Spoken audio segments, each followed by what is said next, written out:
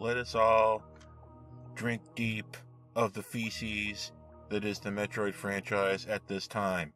Yes, I'm talking about Metroid Prime 4, this pile of garbage. What's the deal with this? Everything is wrong. I can't think of anything about this game that's particularly good other than one thing. That would be the music. And honestly, I've heard better from this franchise in particular. But anyway, this is a little story about how the Metroid franchise got turned upside down. So we're going to forget about this game for a moment and talk about some other things, namely how it is that Nintendo has been on this journey with Western developers and the Metroid franchise. This is what's really incredible about this whole thing, is that it happened twice. It's weird that it happened twice, okay? If I had a dime for every time this has happened, I'd have 20 cents. What am I talking about? Japanese developers, I don't think, can make Metroid. I don't think they can do it. They can create it in the first place, but for some reason, they can't make it again. And this just proves it. What happened with Bandai Namco back in the day, what happened with, Team Ninja? Is that who made Other M? There was some other developer that starts with Ninja. Yeah, Ninja Theory. I can't remember which is which. But one of the ninjas done make Other M, and it sucked a lot. And in fact, it put the franchise pretty much on ice for a while, only to be saved by Western developers. And then, and then that victory was short-lived. Imagine you're Nintendo. Let's go back to the year 2000 or so. Let's go back even further. Let's go back to the late 90s. Let's say you got the N64. And if you look into this, Sakamoto and co., the people behind Metroid originally, had said that they couldn't just get anything to work on the N64. They couldn't make Metroid on the N64. It wasn't gelling. It wasn't clicking. There was continuous problems. There was no big idea for how it was supposed to work. I think an N64 Metroid game could have been really cool, but that's neither here nor there. What is here is the GameCube. It's coming around the corner.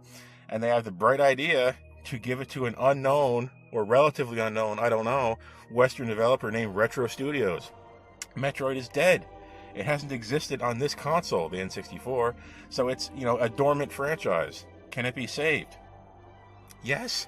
Somehow it could. Somehow, a Western developer named Retro Studios made a first-person Metroid game, and it was amazing. Metroid Prime.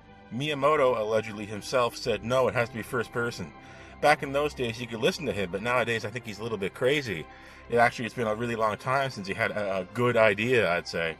But regardless, Metroid Prime ended up, in my view, pretty much perfect, and it had an almost perfect sequel.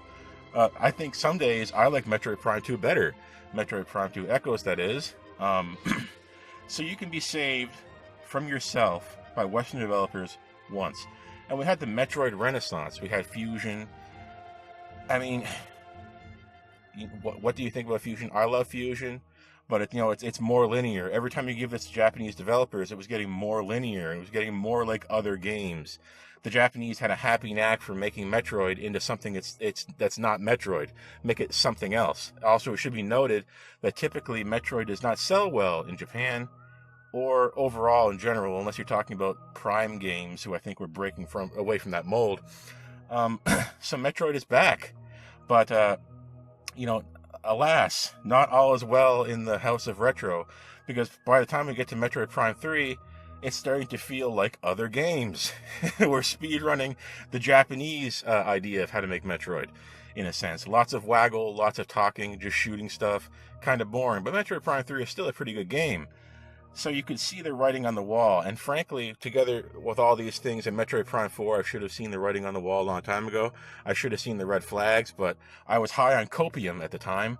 I pretty much bought a Switch 2 solely for Metroid Prime 4 because I had to play that game in the best possible way, and that was on Switch 2, and the game was terrible, and now I have a Switch 2 where the only reason to really own it, I guess, is Donkey Kong. But anyway, I'm talking about how this could happen twice. There's 3D Metroid Prime and 2D Metroid. That's like Fusion and beyond. And 2D was continued to be made in the Prime era by Japan, and they were doing pretty good. But something happened when they gave another 3D Metroid back to Japan. That's the Ninja people. Team Ninja? I'm going to go with that one. They made Other M. and universally proved to everyone that Metroid should be dead again. We're back to the N64 days, baby, and I lived through that. And I bought the game day one, and let me tell you, I never played it again one time. And the second time I had that feeling was with Metroid Prime 4, where I'm halfway through the game and I'm telling myself I'm never playing this again. I never played Other M again, and I'm never going to play Metroid Prime 4 again, ever. So I had the same feeling. And when you're getting a feeling that reminds you of Other M, that's not good. And it was doubly weird because we're having it twice, okay? Metroid is dead again. What are we going to do to bring it back? Well, we can't allow Japanese developers to handle it. Japan itself has no interest in this franchise. That's fine. You know what? Let's give it to Mercury Steam. They made some nasty-ass Castlevania games or something, and now they're being given Metroid. This is going to suck. Nope, it didn't. We did it twice. How does this happen twice? In 25 years, we've given our storied franchise to a Western developer against all logic, and it's worked. And it's working again! Mercury Steam makes Metroid Samus Returns. Good job. You've proven yourselves. The game is not perfect, but you're being given the chance to make your own game now. And they did Metroid Dread, and it's awesome. I love Metroid Dread. And I think it's aging very well, especially when you compare it to Metroid Prime 4. So we've done it twice. Wind back the clock, 2001. Retro, Western Studio, here, have Metroid make a 3D one. 2000 what? 12, 13, 14, I can't remember. Mercury Steam. Actually, I think it was later. I think it might have been like 2017 or 18. Mercury Steam, Western developer we don't really know about, who actually don't look that good. Here, have Metroid, and they do it perfect. 2 times. It's weird that it's happened twice. How can this be? Okay? Japanese developer, here, have Metroid. It works. And then we break it. A Japanese developer comes in and breaks it again, Other M. And then again, the 3D franchise belonging to Retro. Prime 3 isn't perfect. You know what? Let's give this to a Japanese developer, Bandai Namco, and see what happens.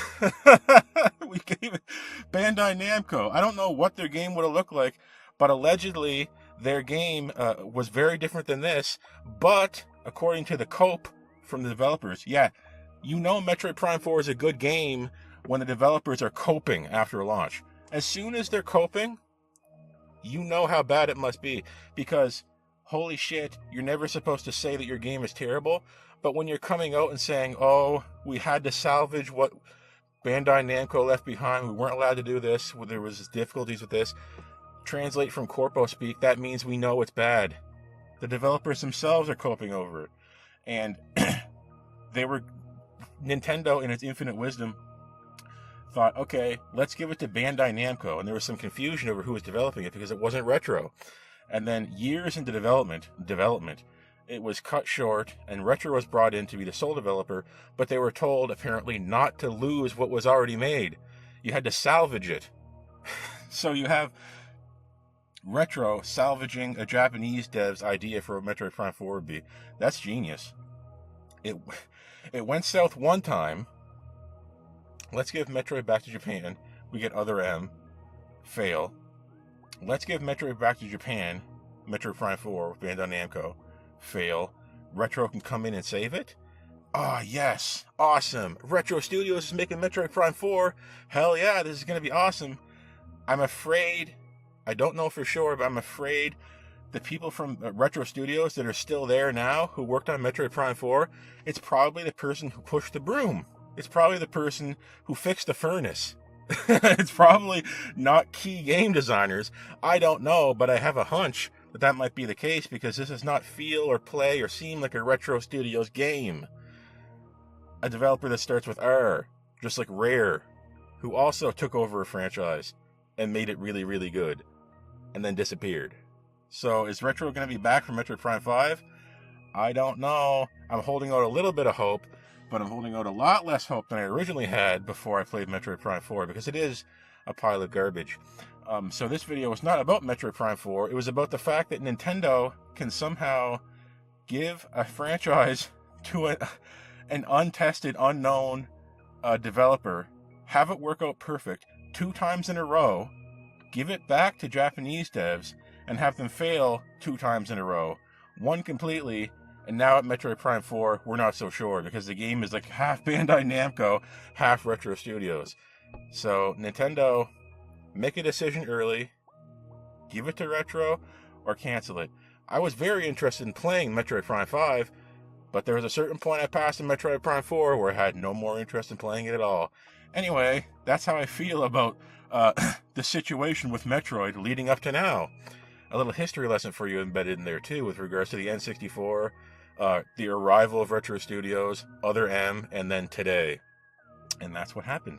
And I'm a little bit upset, but at the same time, I feel completed. I was more angry.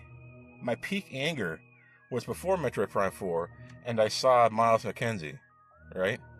That's when I knew that something was deeply wrong in the core of Metroid Prime 4.